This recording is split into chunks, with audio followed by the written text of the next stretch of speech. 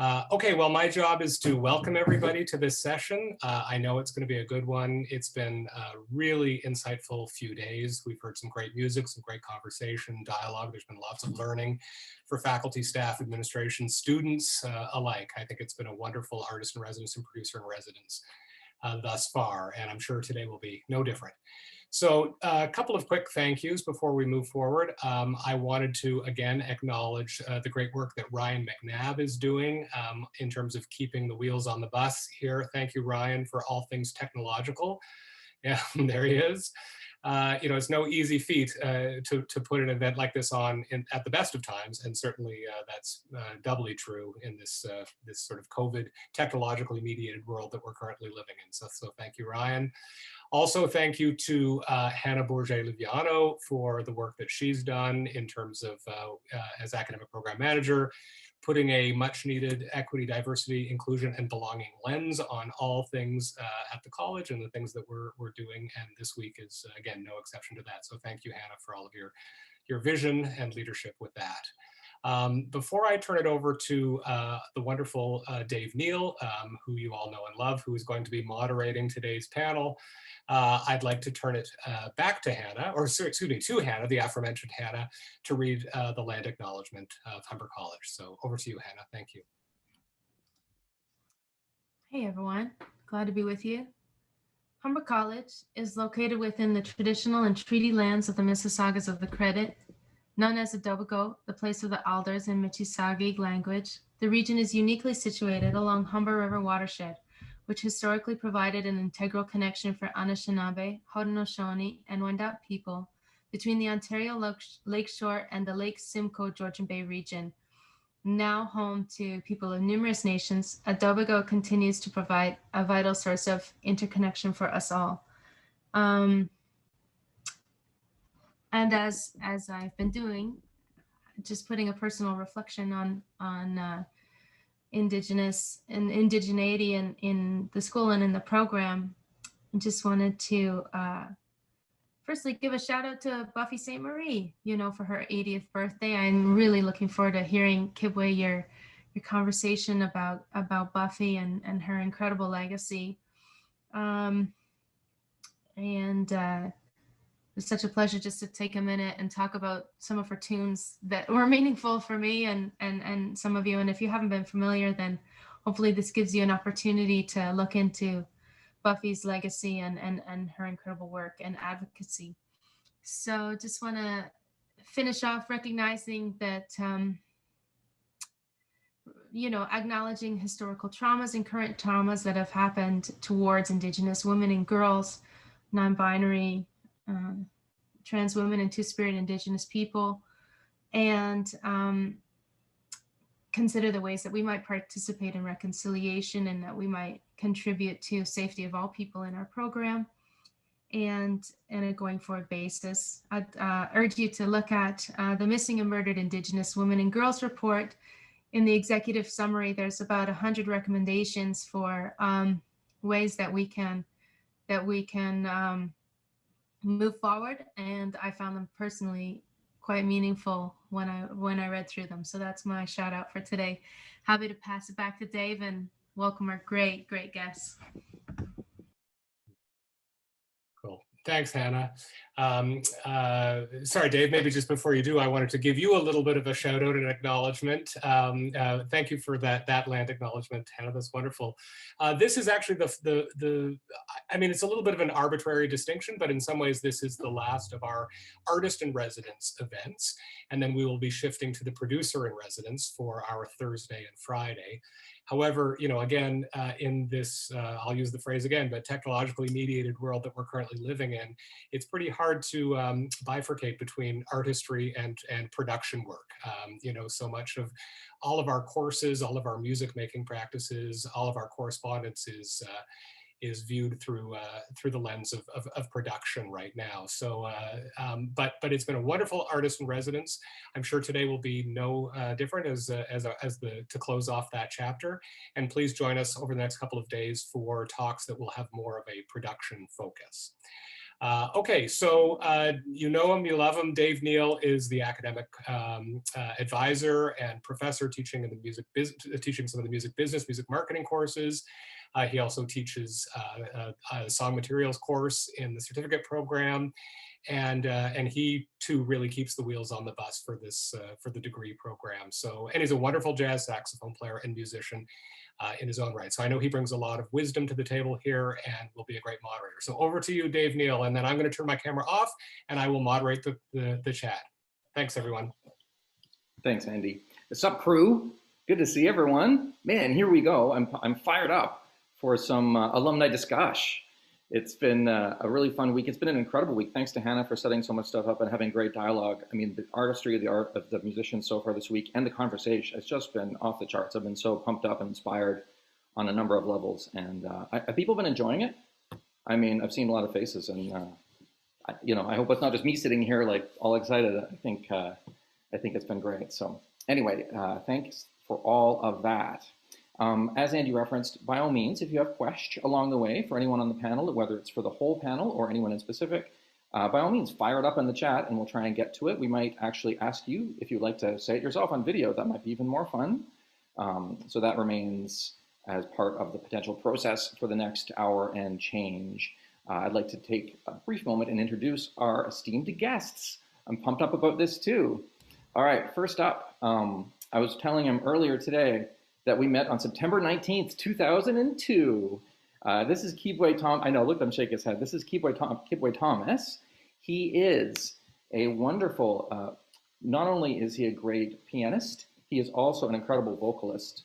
He was born in Trinidad and Tobago, moved to Canada when he was a kid. He is a musical director, a voice director. He is a producer. He runs events. He's got an amazing company, Soul Power Production. It's Soul Power Productions, by the way, everybody, but I have to do my thing. So I'm going to put the link to his website for this in the chat. You know, I didn't tell him I'm going to do this because I think the website rocks. So by all means, check out his website for his company. He also runs Heaven Sound Studio, which deals with gear, runs his own studio, and not only his own studio, but also studio setups. He's a musical director at the church on the Queensway, which is just around the corner from me. And his gospel vocal arrangement just went viral of Canada from the Leaf game. So we might check that out later. When he was still in school, he got the call to go be in the house band for Canadian Idol. And so that was that. He started being on Canadian Idol and has done a number of other things along the way, including, as Hannah was referencing, he toured with Indigenous artist icon Buffy St. Marie. Anyway, Kibwe, it's great to have you here today. Pleasure to be here, Dave. And Awesome. that was hard to sit through. I hate people talking about me, but sorry, man. Sorry, man. It's all good.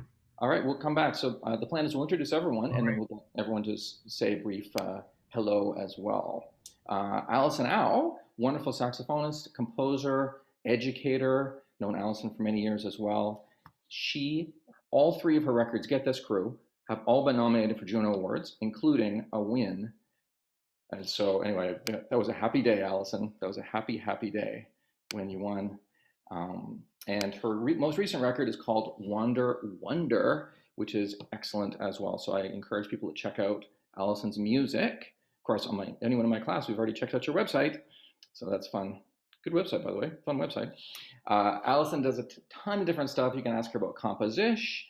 You can ask her about taking her quartet on the road and tours, applying for grants.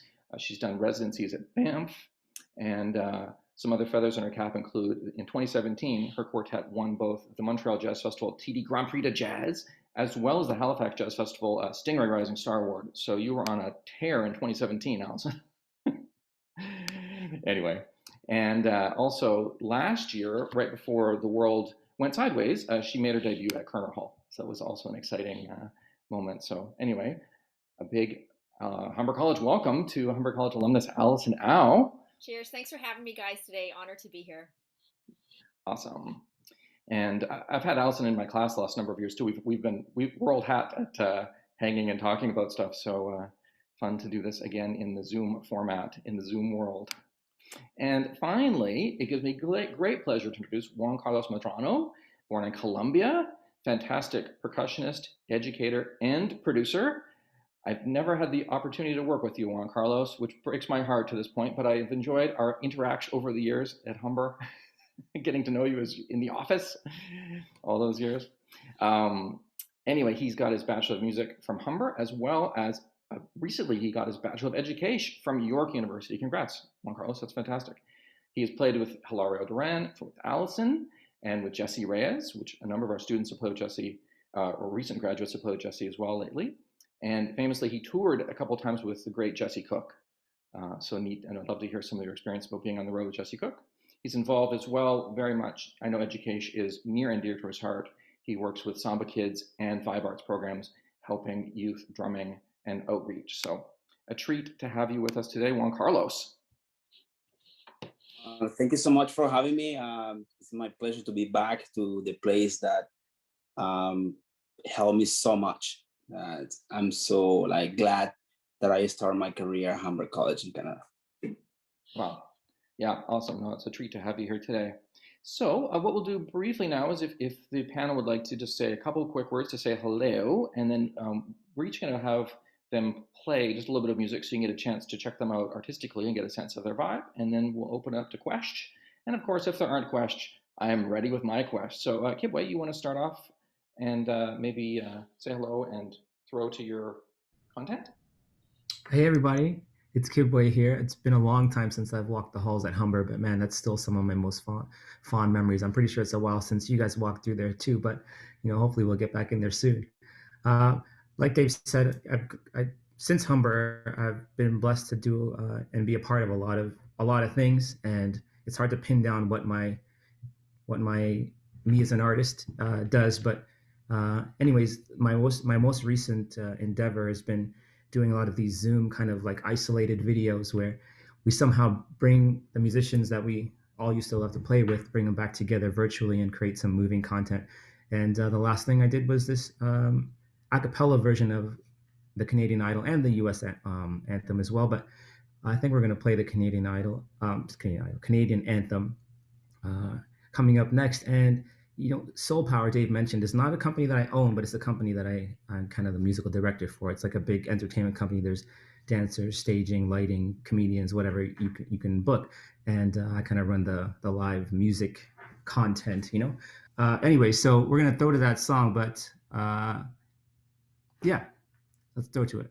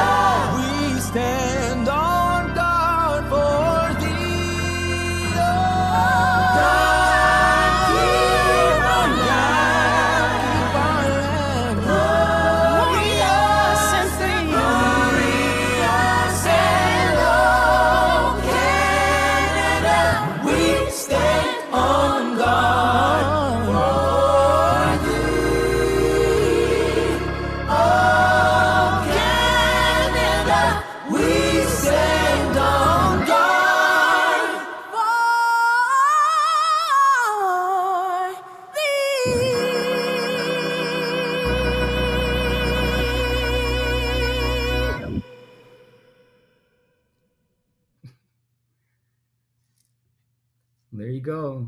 That was so much fun. I don't know if you guys can still hear me, but most of those people are actually Humber grads, which is really cool. Tariq, I think, is the most recent of those, but such a pleasure working with those great musicians. And that's kind of what I've been doing a lot now, is trying to call up, friends and past relationships and create cool content in this kind of isolated time of life we are. Allison, do you want to say hello and introduce your music, and we can fight our way through the Zoom trolls? Thanks. Yeah, again, honored to be here. Kibwe, that was amazing. That was like, thanks so much for sharing that. I hadn't heard that. And I want to check out the whole thing. Thanks everyone for being here today. My name is Allison. Thanks, Dave, for the lovely intro. I attended Humber from the years 2004 to 2008. So I've been out of school for over 10 years now, which is really surreal to believe. And I'm going to talk a little bit about myself. And if you guys have any questions about kind of the things that I did coming out of school in the first few years, something that was really crucial to me was starting my own ensemble and writing my own original music. So that's really what I've spent a lot of my energy is cultivating the first few years coming right out of college. So I'm going to share my screen right now, and I'll show you a little bit of an excerpt of my band performing.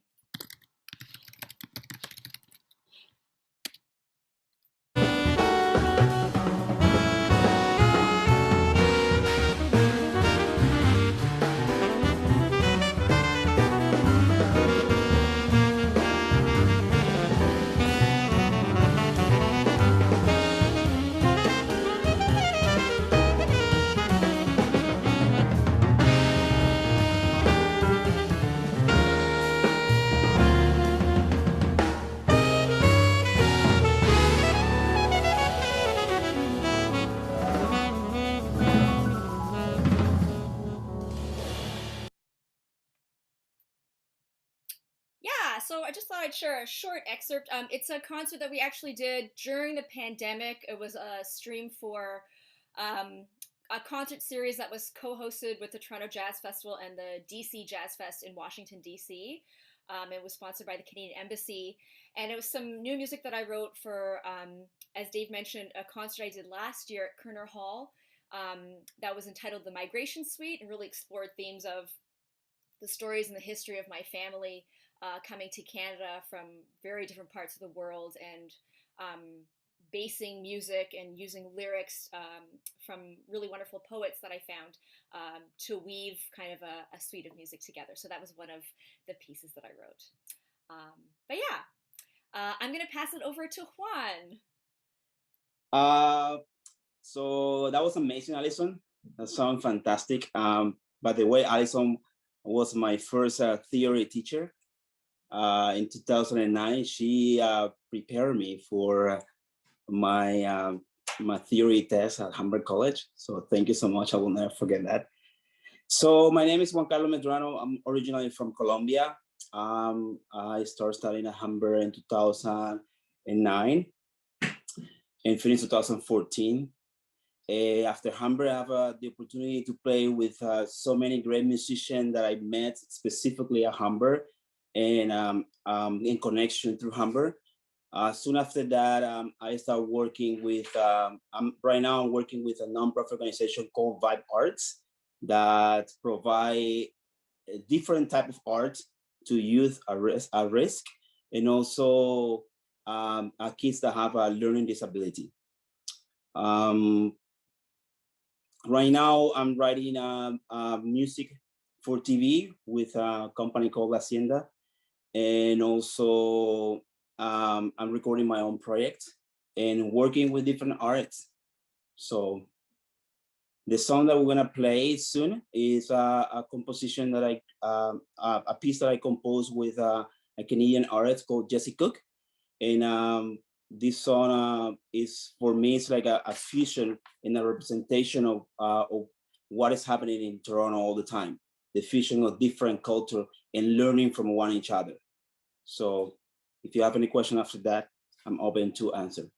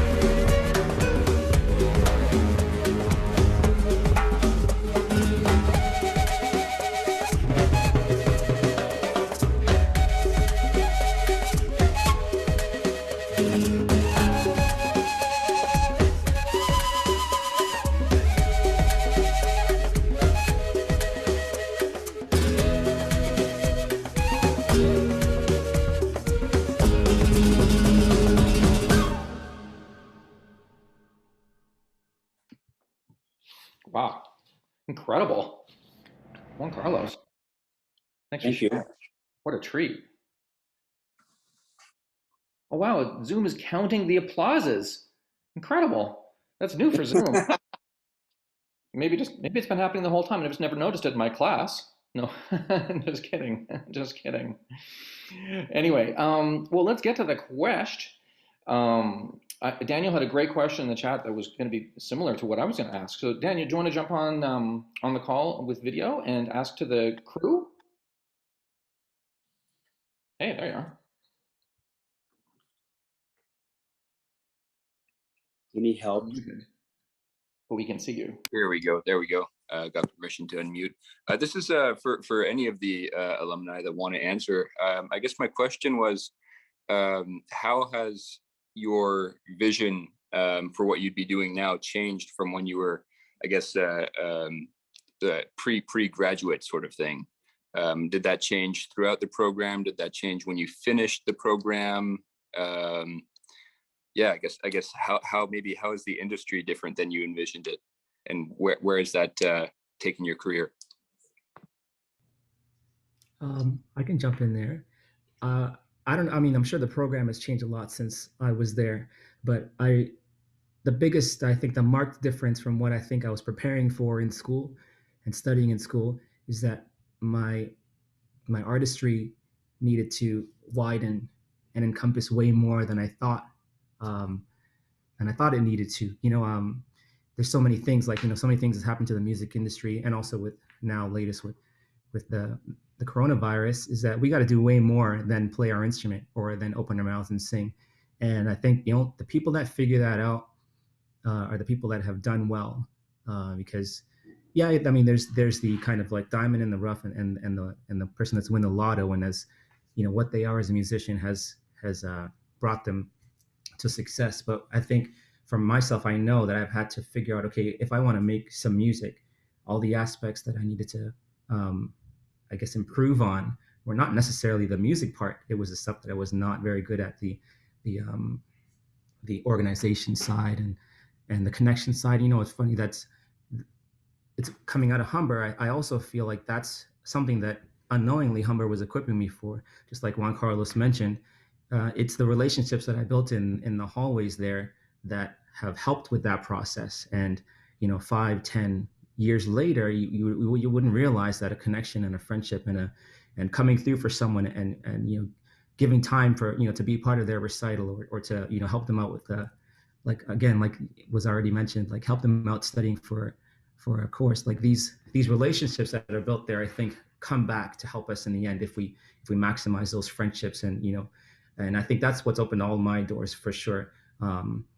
That and being more than just a keyboardist, being the guy that's always on time, the guy that understands not just what I'm doing on the stage, but it understands everything that's going on in the event itself, so that when there's a question that arises or someone needs help with a staging question or a sound question, like how do I plug this in? Like, a lot of us, we know what we do, but we don't know how to make it reach the audience's ear, so I find that's the biggest change for me is figuring out how I can know way more than just my instrument, so that I can be a help to others and also be the first phone call when people need to make a phone call to get some help.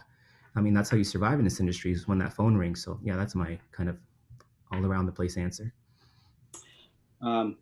Complementing what Thomas said, it is unbelievable how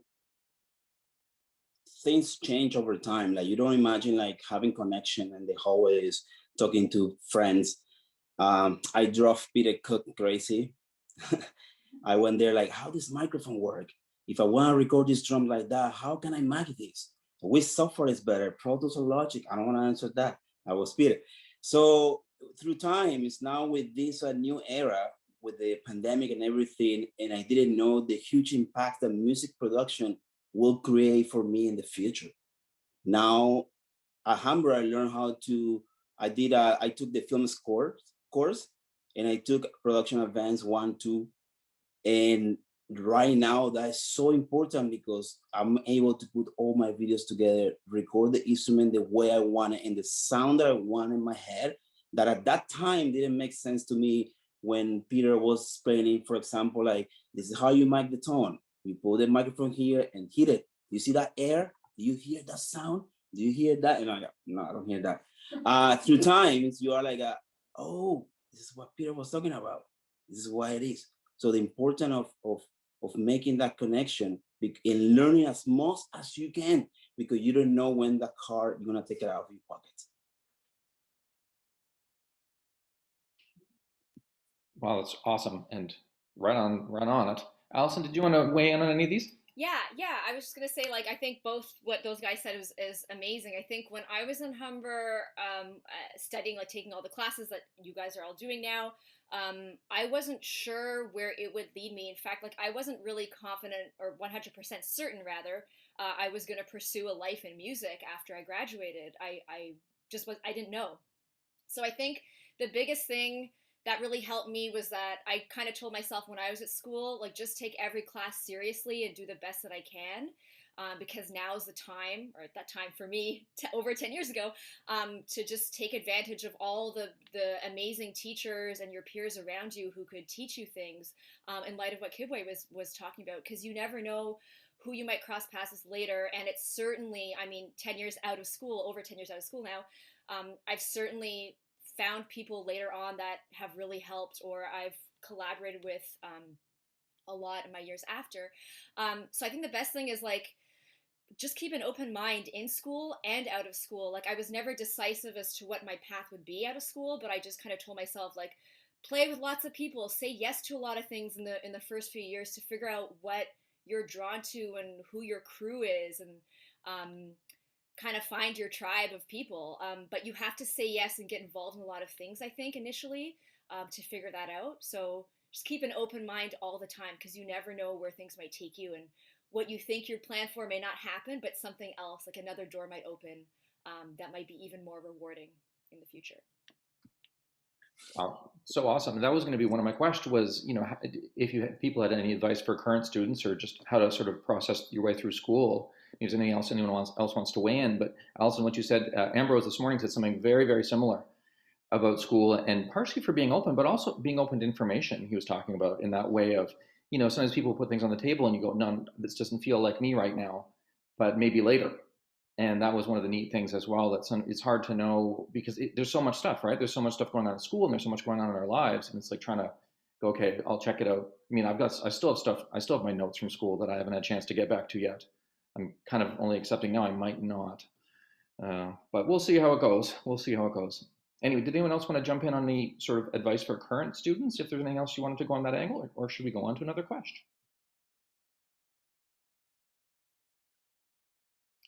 All right, Hannah has mentioned that Adina has a question for the panel, and then Aubrey, I know, has a question as well. So we'll get Adina's question, and then we'll get Aubrey's question. Unless they're the same question, Aubrey, you are running a risk right here by having Adina go first. Hi, everybody. My question is that in addition to everything that you learned at Humber, what, if any, supplemental education or skills did you have to seek out to succeed in your career beyond?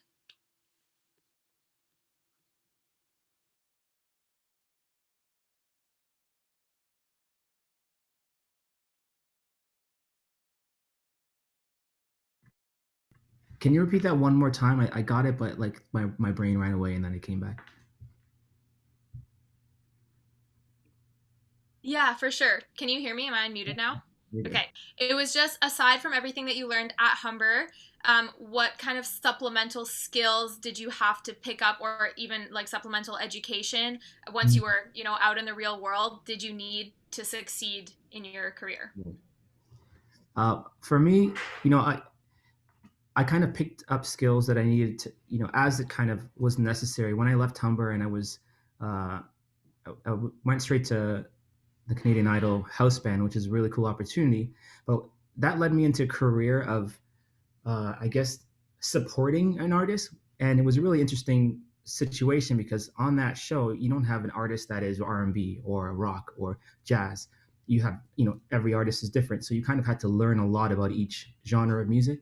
And that led me into studying those things. And, I'm pretty sure Humber does offer different genres of music and things like that. But that's one piece of homework that I think has led me to the amount of work that I've done in the studio. That's one thing I had to learn. But separately from that, I started to get into way more music production. and I built a studio. And again, I said, okay, I want to do this. Let me just learn about it. And I learned a lot of acoustic properties. And since then, that has opened many doors. I've designed acoustic treatment in some large venues, and done a lot of people's drum rooms for them. Or and I'm talking like framing studs. Right now, kind of out of frame is my new studio that's being built, and that's something as well. I think the concept behind me is like, as doors open, I look at that door and say, what do I need to do or to equip myself with to really succeed in this area? Not that it's going to be my forever direction, but every door that I walk into, I really try to do the homework before walking into that door to see how I can equip myself. So that's led to me into kind of broadening my musical kind of tastes and genres, and it's all led me into acoustic properties and things like that. And if I think of anything else, I'll throw it in there, but that's my two for sure. From my experience, it's more like you have to try so many music styles when you leave Humber, and that fear of failing stopped so many musicians to not try.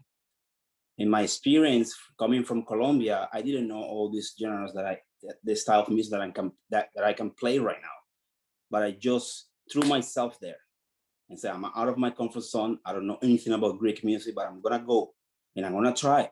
And I know they're gonna fire me, but at least if I don't have the experience, I cannot talk about it, and I cannot be better. I cannot be a better musician in the long run when the second time appear, because we always say like, yeah, I don't know how to play that, so I'm not going to try, and we don't try, or we stop learning. Like, this is my comfort zone. I'm good at playing this. I'm amazing at playing funk music, so I don't want to move. This is my zone. But the limitation and the opportunities are smaller when you do that.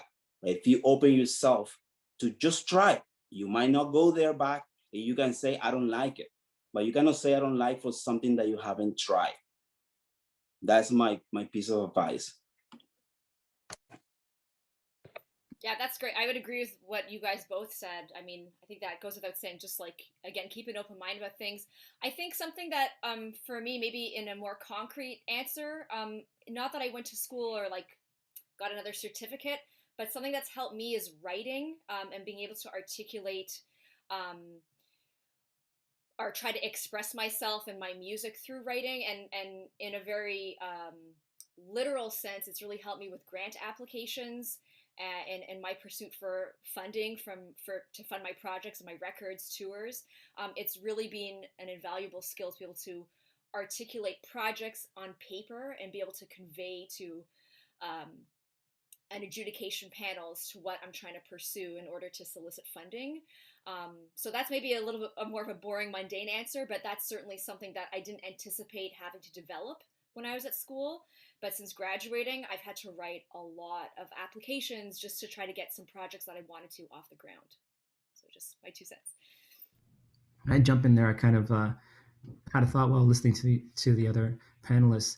A big thing I think for me is, I talked about, when you get a chance to go through a door, that might mean you're like hired to be in a band, or that you get to you're on a label now, and whatever it is, you're in on a new stage for a moment, and equipping yourself to walk in there. But I think the part that we miss a lot is the personal side of the human side of it, and how to deal with people that have their own ego, one, because you're walking into a room that has another artist that's probably above you and already has their own ideas that may match yours or not. And I think the biggest thing that we as musicians, we don't really know how to walk in a room and, yes, be knowledgeable, and yes, be awesome, but also figure out how to leave that room with that person that's also knowledgeable and awesome, respecting you and wanting to call you for another time and wanting to learn from you.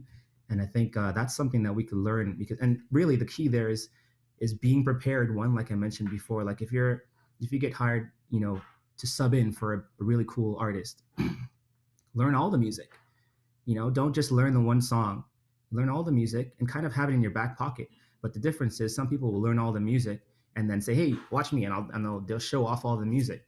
But there's a humility side that comes into it as well. You learn all the music, but then you just kind of be quiet about it. And then when someone asks a question, and you have an opportunity to help in that, then you help. So there's that side. There's a humility and there's a preparedness that I think if any of us come out of school with, like, there's nothing stopping us after that, because everyone will want to keep calling you for your expertise and your knowledge and your humility. That's what's going to keep you working. Yeah, man, it's a good one. Cool. Wow, great answers. This is so fun. I'm having so much fun. All right, Audrey, you want to jump in with your question? And it is similar to Savannah's question. There's some stuff there, but here we go.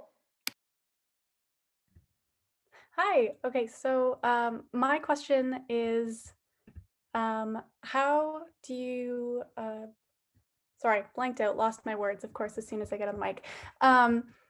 So how do you balance school and creative projects, and especially in terms of avoiding burnout in your daily lives? Because like I find by the time that I get through with all my projects through school and everything that I need to get done, I just feel kind of done and exhausted, and even though I really want to work on my own creative projects. So how would you recommend balancing that?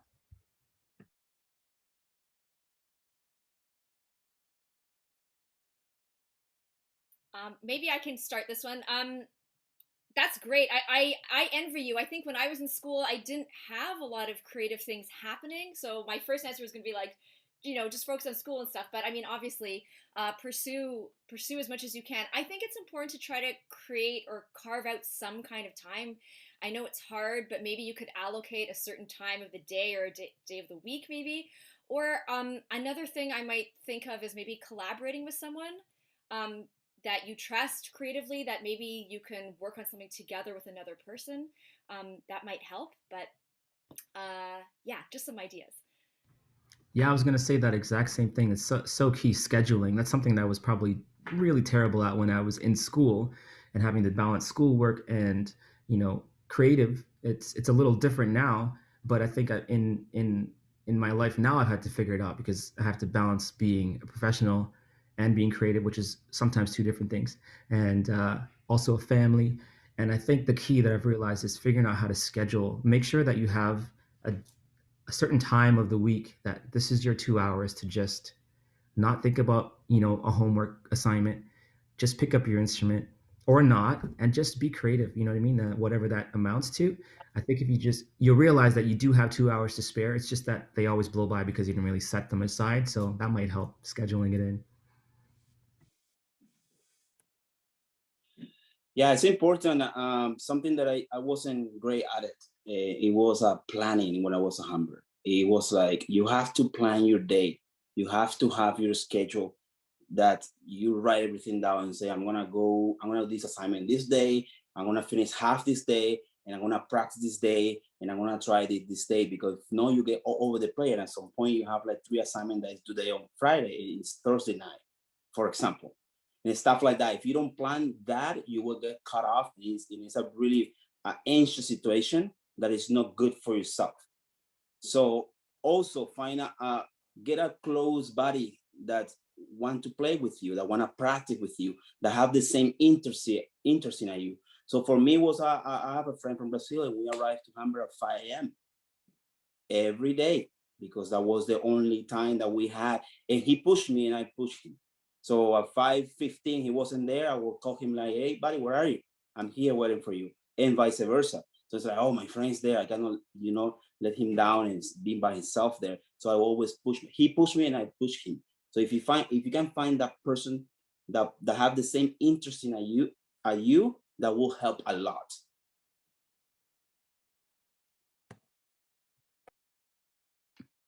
That's great. Very helpful. Great comments. We had a question. Daniel just wanted to ask an additional part of his question from earlier. How long did it take people to start doing music full time, or commit to a career, or sort of to make that transition? Was that a right away thing? Did people have other jobs? Did you just sort of go, here we go, I'm doing it, I'm making it work? I'm just curious if anyone wants to weigh in on those.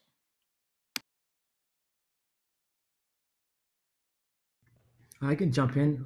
For me, it was kind of an overlap, and I was really fortunate that way. I was still at Humber when I was playing in the band of a friend of mine. Her name is Vanessa Vecchio, or Vanessa Legacy is her stage name, and she had a producer named Orrin Isaacs, and I was playing keys in that band.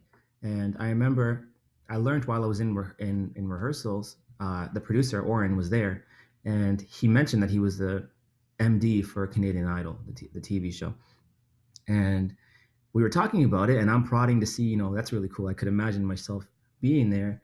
Thought I had no chance. And then he said, we don't have any musician openings in the band, but we do need some singers. So if you know somebody that can sing, pass their information along. We need somebody for this next season. And I'd never sung in front of him, and I didn't study vocals at Humber, but I thought I could sing. So I went home that night. This goes back to the whole, preparing for a door that might open. I went home that night after that conversation. I stayed up all night and I recorded 3 random pop songs, like top songs on the radio at that point. And I made sure that they were of different genres because, again, the template of these TV shows, it's all over the place.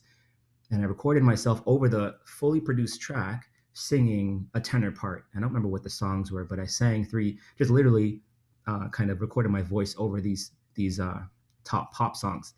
And I emailed it to him in the middle of the night, that night. And he called me and he's like, "You can sing?" And then he said, "Okay, you got the job." Boom, that was it. And that started it. So I did the show didn't really last very long. What do you call it? Depression. I don't know what happened hit, but back then, a lot of TV shows were canceled. So I was on for 2 seasons, and that really opened the doors. Again, every door that I walked into, the winner of that show, the first year, I became such good friends with him. And again, sorry, I'm taking so long. I'm there to be a singer, and you imagine the situation. Nobody knows there that I can play keys, but there are professional keyboardists in the band. So I'm not going to sit down on the piano and just like rip a tune, in that instance, because I'm not stepping on any toes. I'm the new guy here. So over a season of becoming friends and stuff like that, I built relationships, and with somebody I knew was going to win. His name was Brian Mello. He's just far better than everybody else that season. I became friends with him. And when it came down to the end and he won, confetti's falling. And I remember telling him, "Brian, I'm here for whatever you want. We should make some music together." And he called me after he won, and I went on the road with him. I became his musical director, and every door since then opened from all that. We talked about Buffy a little while ago. Again, I'm now the MD of this Canadian Idol. We're touring all across the country and other countries. And the guitar player 5 years later becomes a tour manager because he wasn't a very good guitar player. He was just